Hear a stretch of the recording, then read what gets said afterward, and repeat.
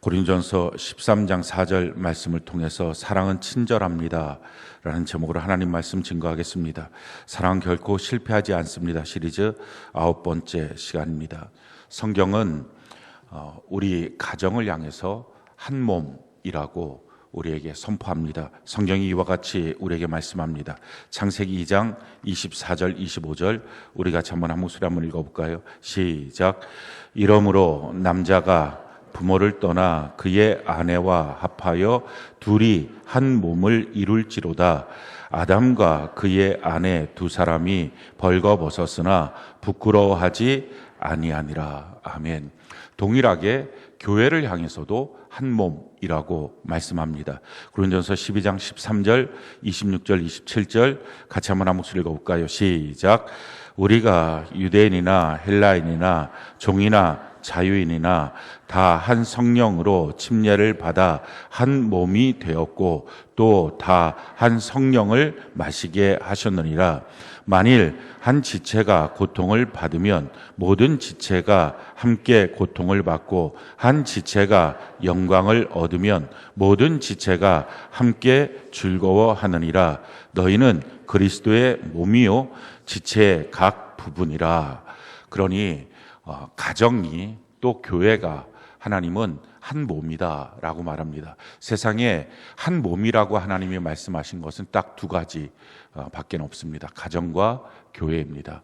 이 한 몸이라고 하는 것은 그것이 찢어지면 다 죽는 거다라는 것입니다. 몸을 찢었다고 합시다. 그러면 한쪽 부분이 살아있을까요? 그럴 수 없습니다. 그래서 가정도 찢어지면 가정의 구성원들 다 죽은 것입니다. 교회도 찢어지면 그 안에 있는 것 다 죽는 것입니다. 사람들은 내가 살기 위해서 더 이상은 이 사람과는 못 살아. 내가 살기 위해서 이 셀에서는 내가 살 수가 없어 라고 말합니다. 그러나 사실은 그 순간이 자기도 죽고 남도 죽이는 순간입니다.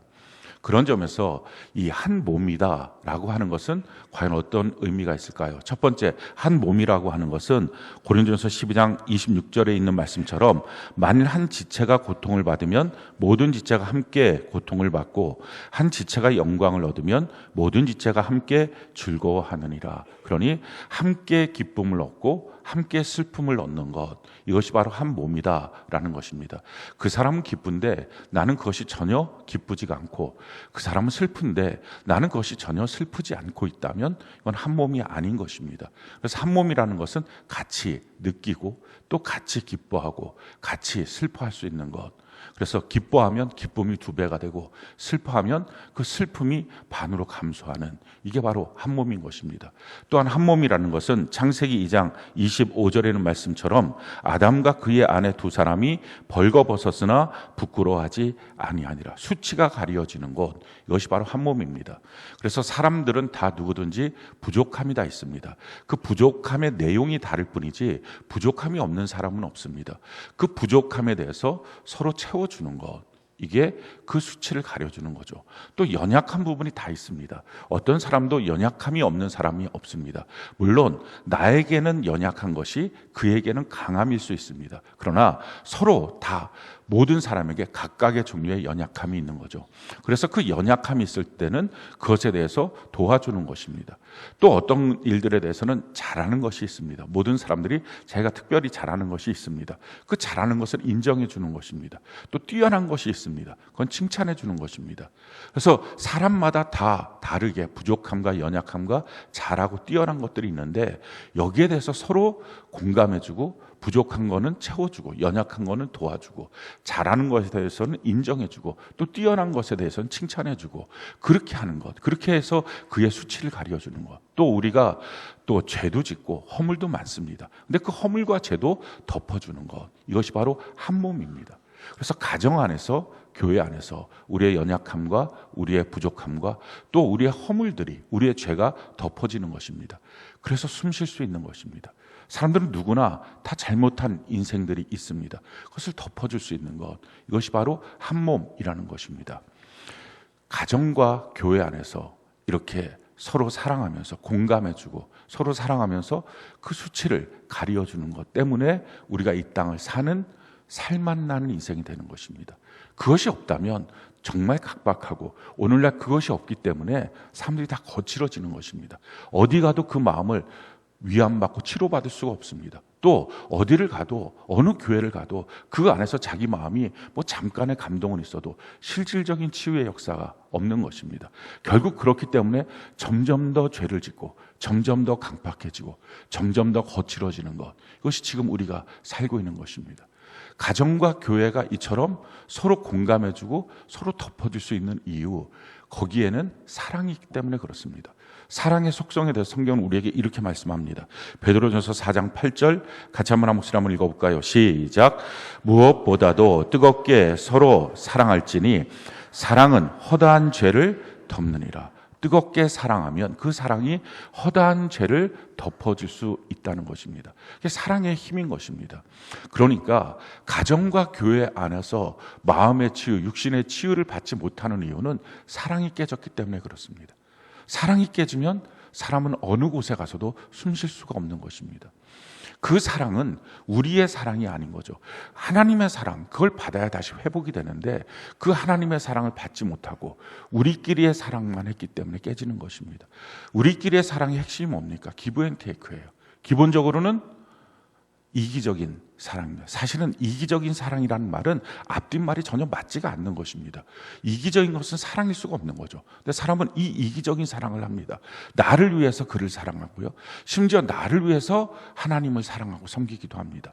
이런 이기적인 사랑은 근본적으로 잘못된 것이기 때문에 그 끝에 한계가 반드시 나타나게 되는 것입니다. 신앙은 침몰하고 가정은 깨어지는 것입니다.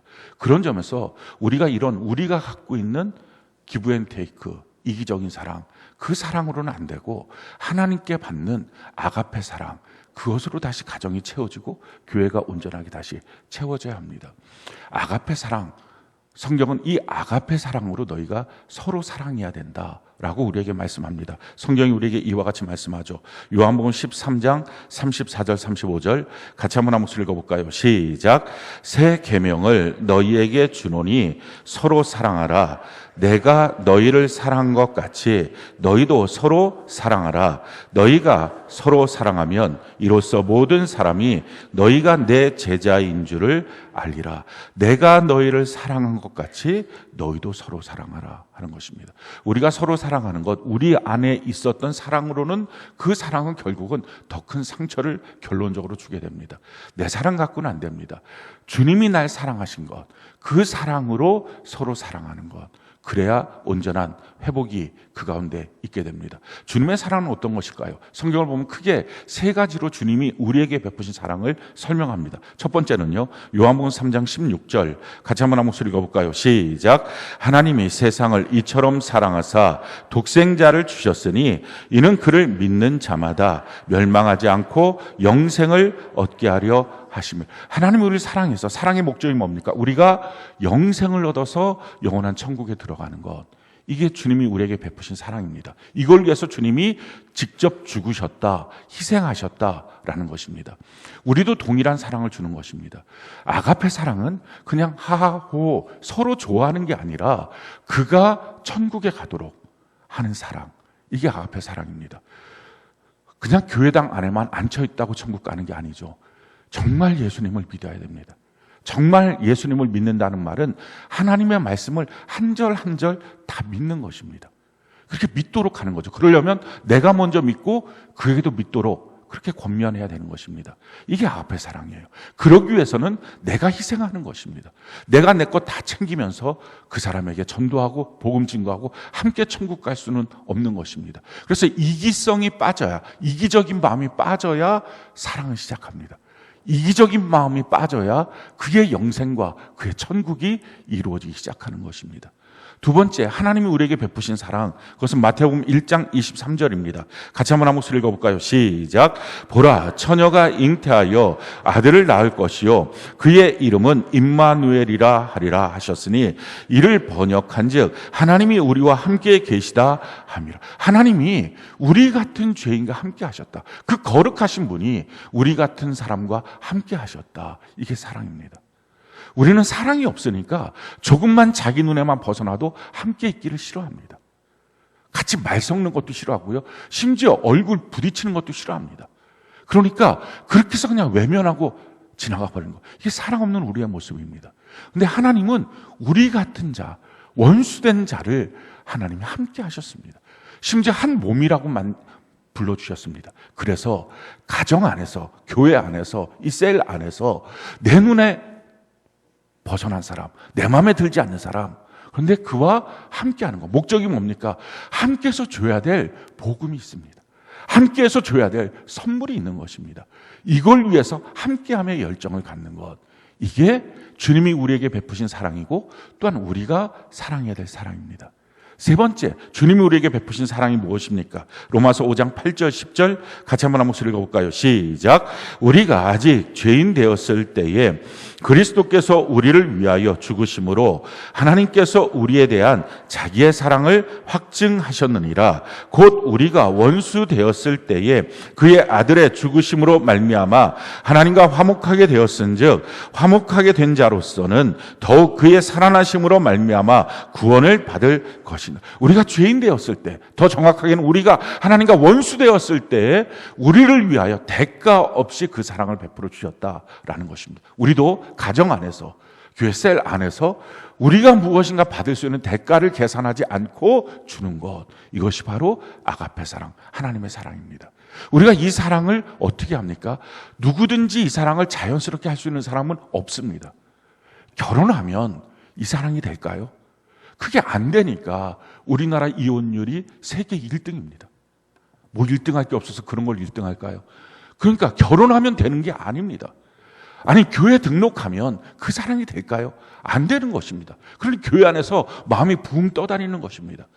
심지어는 자기 교회가 없이 그냥 떠다니는 사람들이 허다하게 많은 것입니다. 왜? 그건 자연스럽게 되는 게 아니라 첫 번째, 이 아가페의 사랑, 내 사랑이 아니잖아요. 나로부터 나오는 게 아니고 하나님의 사랑이니까 하나님의 사랑을 내가 받아야 되는 것입니다.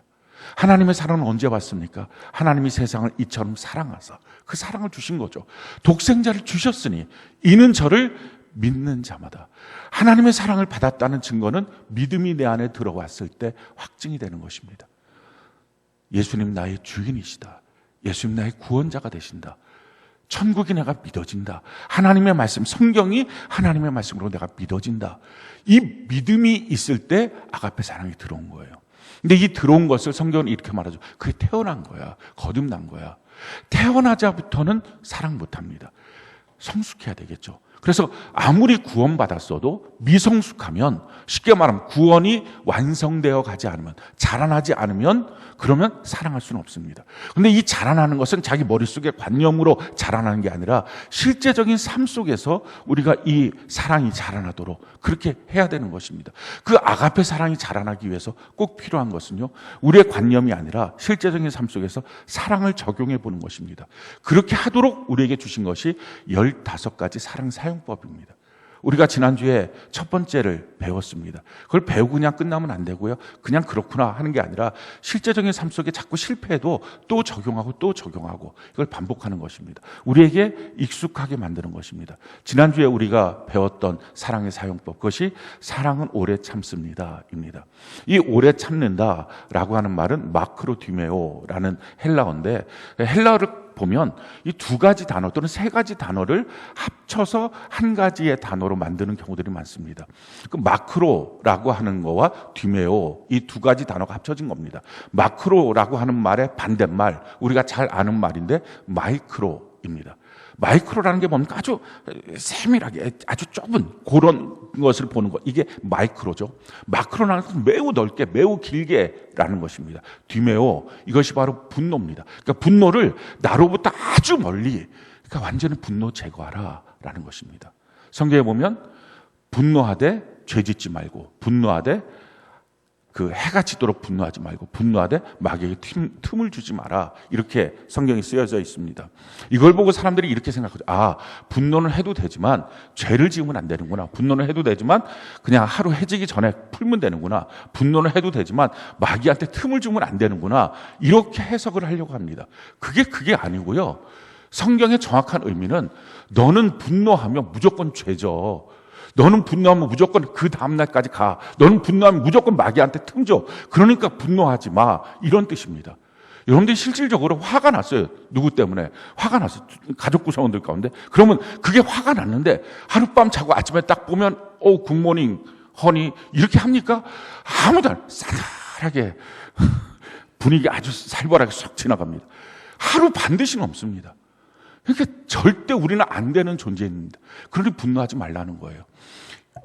예를 들어서 이런 비슷한 구절이 뭐가 있냐면은 술 취하지 말라, 성령에 취하라. 에베소, 이게 동일하게 에베소에 있는 말씀들인데 술 취하지 말라. 그러니까 그 말씀을 보고서 먹긴 먹되 취하지만 않으면 되는구나. 얼마나 우리가 우리의 정욕대로 말씀을 적용하려고 이렇게 부단히 애를 쓰는지 모릅니다.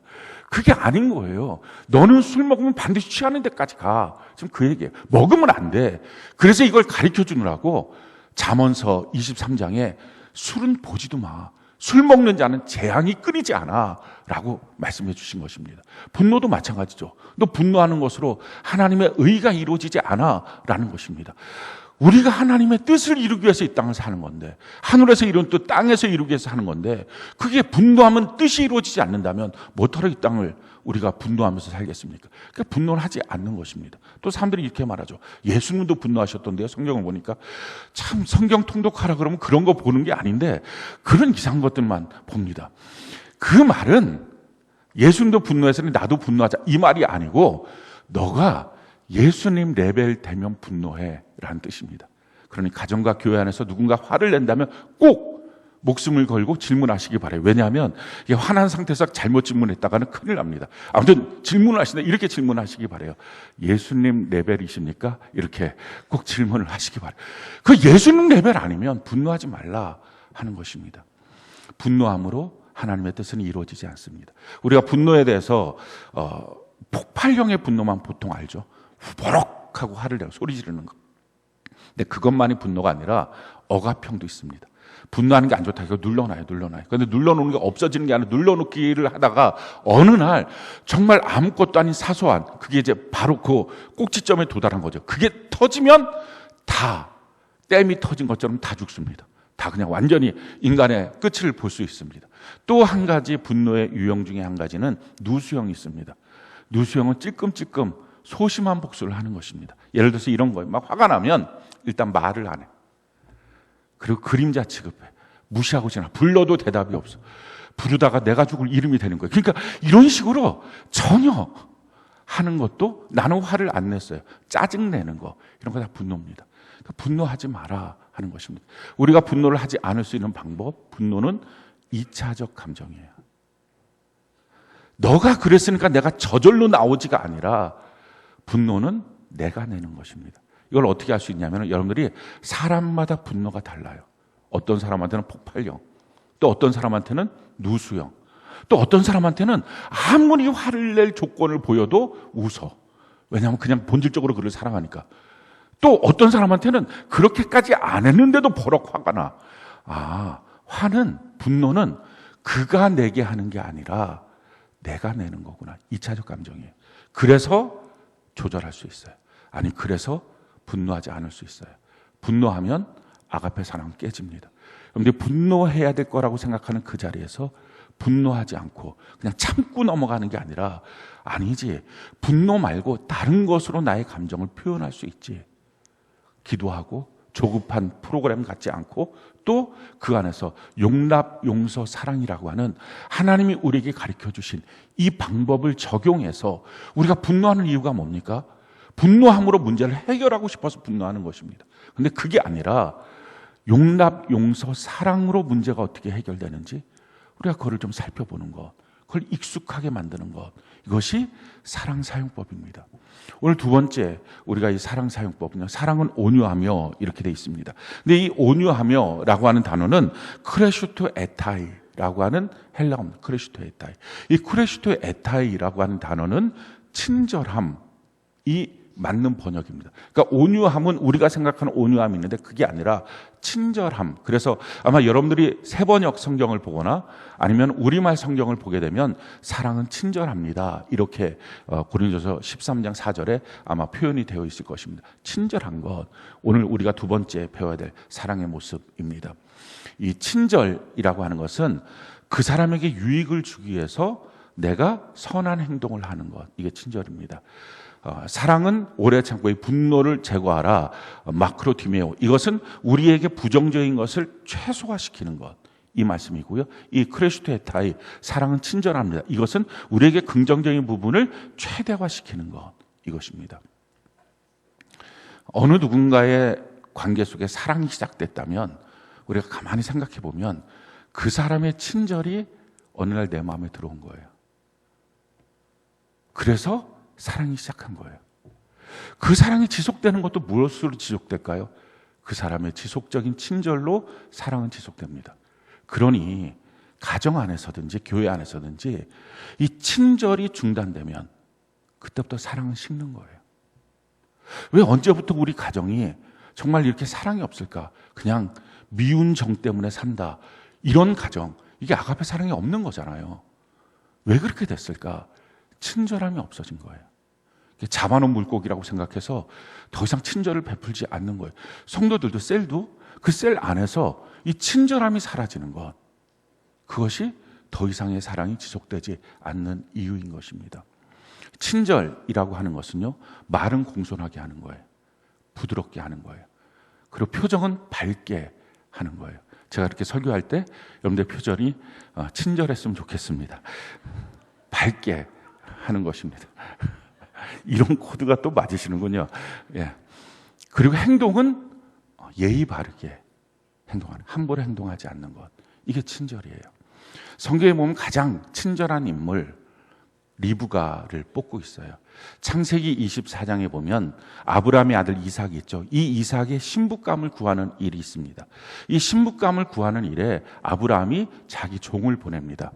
종을 보내서 원래 내가 있었던 하란 땅에 있는 처녀들 가운데 이삭의 신부감을 데리고 와라 하고 낙타 10필에 금은보화를 가득 싣고, 그리고 이게 다 지참금인 거죠. 그걸 다 싣고서 그 하란 땅까지 갑니다. 아브라함은 지금 헤브론에 있고요. 그 이스라엘 헤브론에서부터 거기까지 보내는 거죠. 그렇게 하고 난 다음에 그 하란 땅에 갔을 때 막막하잖아요. 이삭의 신부감을 여기서 어떤 처녀를 구해야 될까 막막하니까 이 아브라함의 종이 기도를 합니다. 하나님께 기도하는 내용이 이런 내용이었어요. 성경은 우리에게 이와 같이 말씀을 합니다. 창세기 24장 12절로 14절 우리 같이 한번 읽어볼까요? 시작. 그가 이르되 우리 주인 아브라함의 하나님 여호와여, 원하건대 오늘 나에게 순조롭게 만나게 하사 내 주인 아브라함에게 은혜를 베푸소서. 성중 사람의 딸들이 물 길르러 나오겠사오니 내가 우물 곁에 서 있다가 한 소녀에게 이르기를 청하건대 너는 물동이를 기울여 나로 마시게 하라 하리니 그의 대답이 마시라. 내가 당신의 낙타에게도 마시게 하리라 하면 그는 주께서 주의 종 이삭을 위하여 정하신 자라. 이로 말미암아 주께서 내 주인에게 은혜 베푸심을 내가 알겠나이다. 자, 기도 제목이 뭐였습니까? 신부감을 구하는 기도 제목이 그 우물가에서 내가 있는데 물을 길러온 처녀한테 물을 한 모금만 저한테 주세요 라고 부탁을 하면 그 물 한 모금을 주면서 그 처녀가 이렇게 말하는 거죠. 당신이 데리고 온 낙타에 그 10마리 낙타에게도 내가 물을 주겠습니다. 그 사람이 바로 이삭의 신부감 으로 알고 그렇게 해서 데리고 가겠습니다. 지금 하는 것입니다. 그리고 실적으로 그 기도가 끝나자마자 17절부터 20절까지 우리 같이 한번 읽어볼까요? 시작. 종이 마주 달려가서 이르되 청하건대 내 물동이의 물을 내게 조금 마시게 하라. 그가 이르되 내 주여 마시소서 하며 급히 그 물동이를 손에 내려 마시게 하고 마시게 하기를 다하고 이르되 당신의 낙타를 위하여서도 물을 길어 그것들로 배불리 마시게 하리이다 하고 급히 물동이의 물을 구유에 붓고 다시 기르려고 우물로 달려가서 모든 낙타를 위하여 기르니라. 동일한 이 여인이 나타나는 거죠. 근데 이 낙타의 물을 마신다는 거, 낙타는 열흘 동안 물을 먹지 않아도 사막을 건너갑니다. 그러니 사막을 건너가는데 최적의 이 동물인 거죠. 근데 한 번 물을 먹으면 100리터의 물을 먹습니다. 우리가 1리터짜리 이렇게 페트병 같은 거 아시죠? 그게 100개 정도를 낙타 한 마리가 먹습니다. 그러니까 지금 이 10마리의 낙타가 있다는 것은 1000리터를 먹이는 것입니다. 물동이 하나는, 물동의 무게가 보통 3kg 정도 되고요. 물동이 하나에는 10kg 정도의 물을 담을 수 있습니다. 그러니까 그 10kg의 물을 담아서 1000리터의 물을 준다는 것은 100번을 왔다 갔다 하는 것입니다. 그러니까 이 처녀가 모르는 사람을 위해서 100번을 왔다 갔다 하면서 그 물을 길어 올려서 물을 담아서 거기다 물을 부어주고 다시 또 물을 길어서 물을 담아주고, 이게 친절이에요. 그 친절한 사람이 아브라함, 이삭, 야곱의 계보를 이어가는 것입니다. 사랑하는 성도 여러분, 여러분들의 배우자감이나 처녀들, 총각들 같은 경우는, 또는 여러분들의 자녀의 배우자를 구할 때 조건, 성경은 한 가지입니다. 그가 친절해? 이 질문이에요. 친절한 사람이 신앙의 가문을 이어갑니다. 불친절한 사람, 그건 신앙의 가문을 중단시킵니다. 성경이 보는 조건들, 그건 뭐 대단하게 많은 게 아닙니다. 그래서 하나님이 우리를 선택하고 하나님의 사람으로 쓰시기 위한 기본 조건, 그거는 너 친절한 사람이야?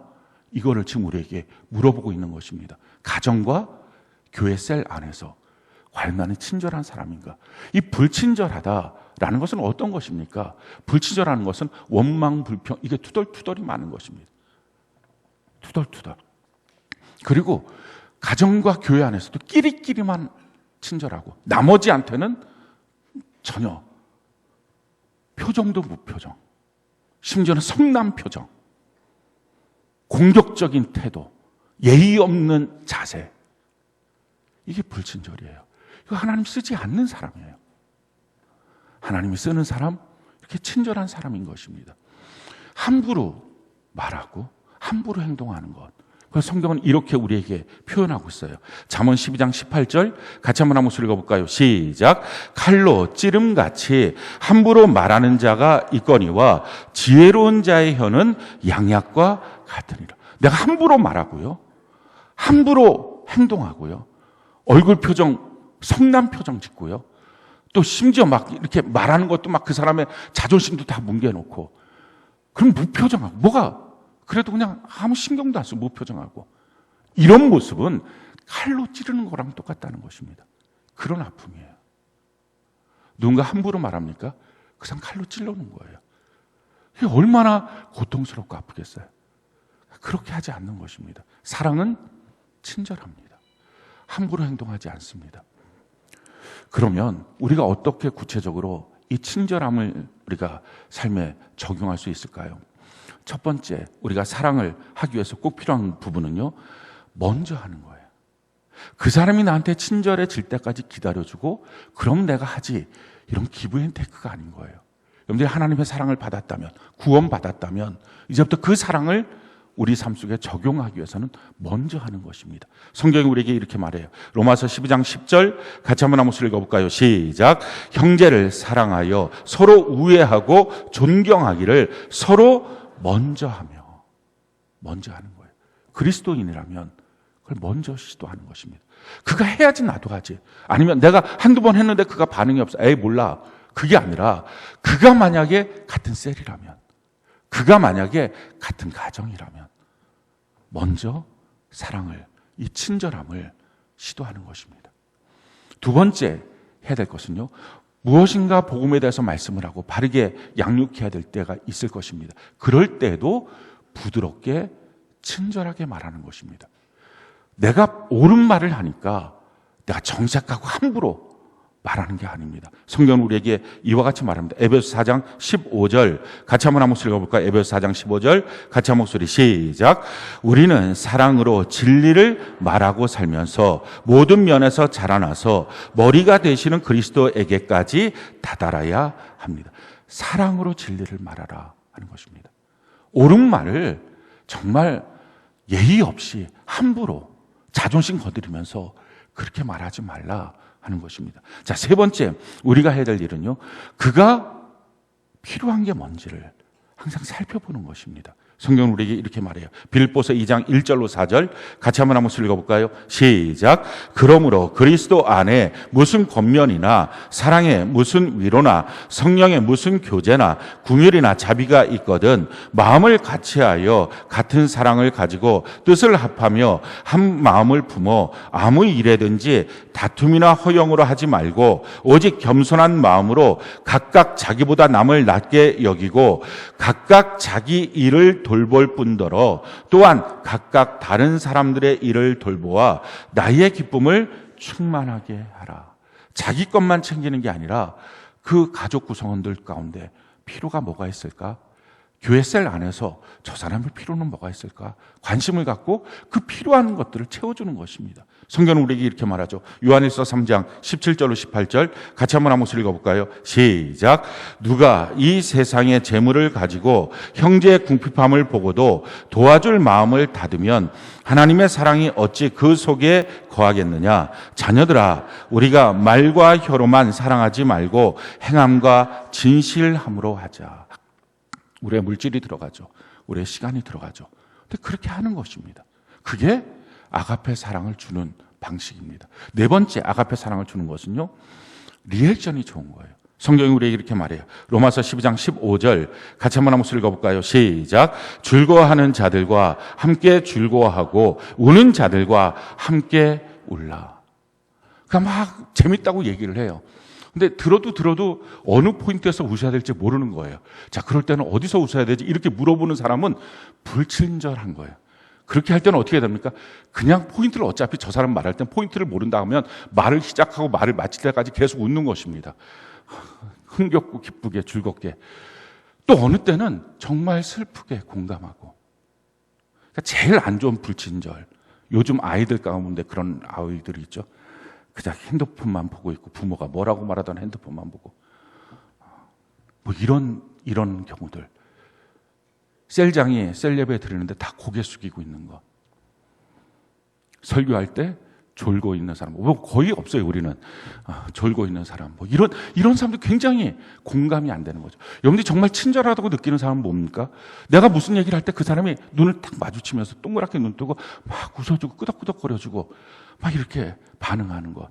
이게 정말 공감하는 것입니다. 이게 친절함을 주는 거죠. 어저께 제가 교사셀장 모임을 하면서 이제 뭐 얘기를 막 설명을 했어요. 이제 간증자를 섭외하는 건 이렇게 하십시오. 섭외를 설명을 했어요. 그래갖고 막 설명하고 난 다음에 유난히 저를 보면서 막 눈 동그랗게 막 이렇게 끄덕끄덕 하시는 교사셀장이 있어서 물어봤어요. 제가 뭐라고 말했죠? 모르겠는데요. 왜 쳐다봤는지 모르겠지만 아무튼 뭐 그렇게 말을 떠듬떠듬 하는 거예요. 그래갖고 한두 개 말하고 결정적으로 말해야 될 것, 다른 사람한테 선한 영향력을 줘야 된다. 뭐 이런 건 타의적으로 모르고 있어요. 그런데 이상한 거는 전혀 마음에 제가 훈련이 돼서 그런지 분노가 안 나오는 거예요. 왠가 봤더니 이미 그 전에 충분히 그의 친절을 받은 거예요. 가정 안에서 서로 친절을 주십시오. 교회 셀 안에서 친절을 주십시오. 우리가 지금 15가지 이 사랑 사용법 중에서 2가지를 우리가 배웠어요. 화내지 말자, 친절하자. 그냥 한번 우리가 상상해 봅시다.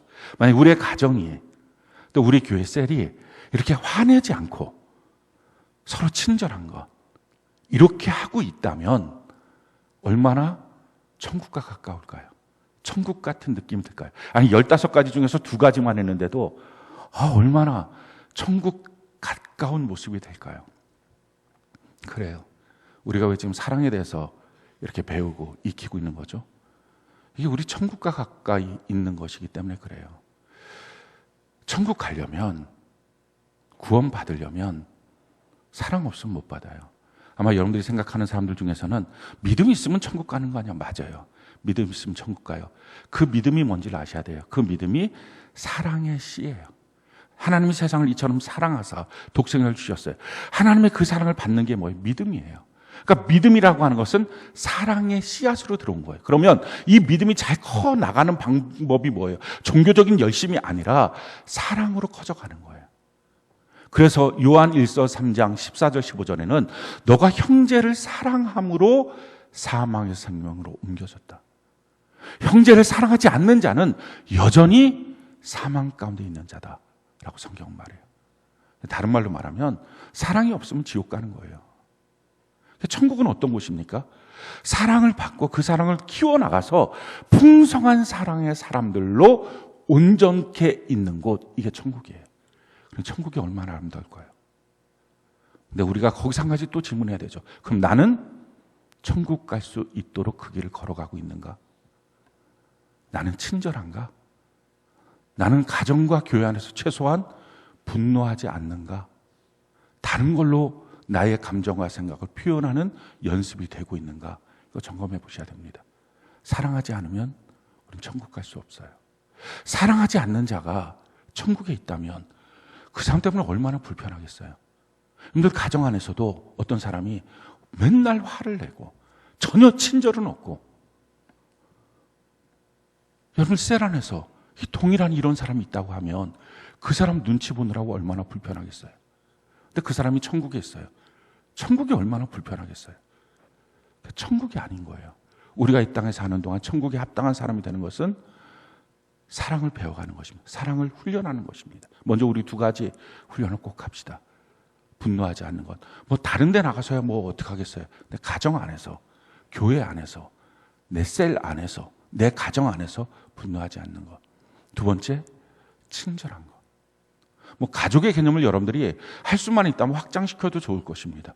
그러면 이제 우리가 백이민족 단일 혈통이니까 전 국민을 향해서 해도 뭐 누가 그걸 뭐라고 하겠어요. 그러나 만약에 내 역량이 도저히 그게 안 된다 그러면 핵가족 사회로 아빠, 엄마, 아이들 이렇게 핵가족 안에서만큼은 최소한 분노하지 말고 이 안에서 친절함을 베푸는 것입니다. 무례하지 않고 함부로 말하지 않고 함부로 행동하지 않고 밝은 얼굴로 그렇게 우리가 행하는 것입니다. 혹시 지금 옆에 여러분들의 가족이나 셀이 있다면 한번 보시기 바라요. 가족이나 셀이 있으면 한번 보시기 바라요. 보시고 지금 내 얼굴은 친절이야? 이걸 한번 물어보세요. 내 얼굴은 친절이야? 예. 일단 뭐 여러분들 주변에 가족이나 또는 셀이 없다면 저를 보세요. 어차피 저와 함께 한 가족이잖아요. 그러니까 저를 보시면 돼요. 그리고 저한테 물어보세요. 저 친절이에요? 아니에요 라고 말하고 싶은 이 굴뚝 같은 마음이 일어나는데 우리 옆분들 바라보면서 우리 친절하게 삽시다. 이렇게 인사를 합시다. 앞뒤를 보면서도 친절하게 삽시다. 이렇게 인사를 합시다. 예. 이 분위기로 최소한 일주일 가셔야 합니다. 얼굴 무례하지 말고 우리가 할 거는 웃을 거밖에 없잖아요. 어차피 무례한 얼굴인데 웃으면 예의 바른 얼굴이 돼요. 그러니까 웃지 않고 다니지 말고 우리가 공손한 말, 부드러운 말, 우리 이번 한 주간 우리의 목표는 스윗한 남편, 스윗한 아내, 스윗한 자녀, 우리 그렇게 부드럽고 꿀송이가 뚝뚝 떨어지도록 우리 그렇게 한 주간을 살아가는 은혜가 있기를 바랍니다.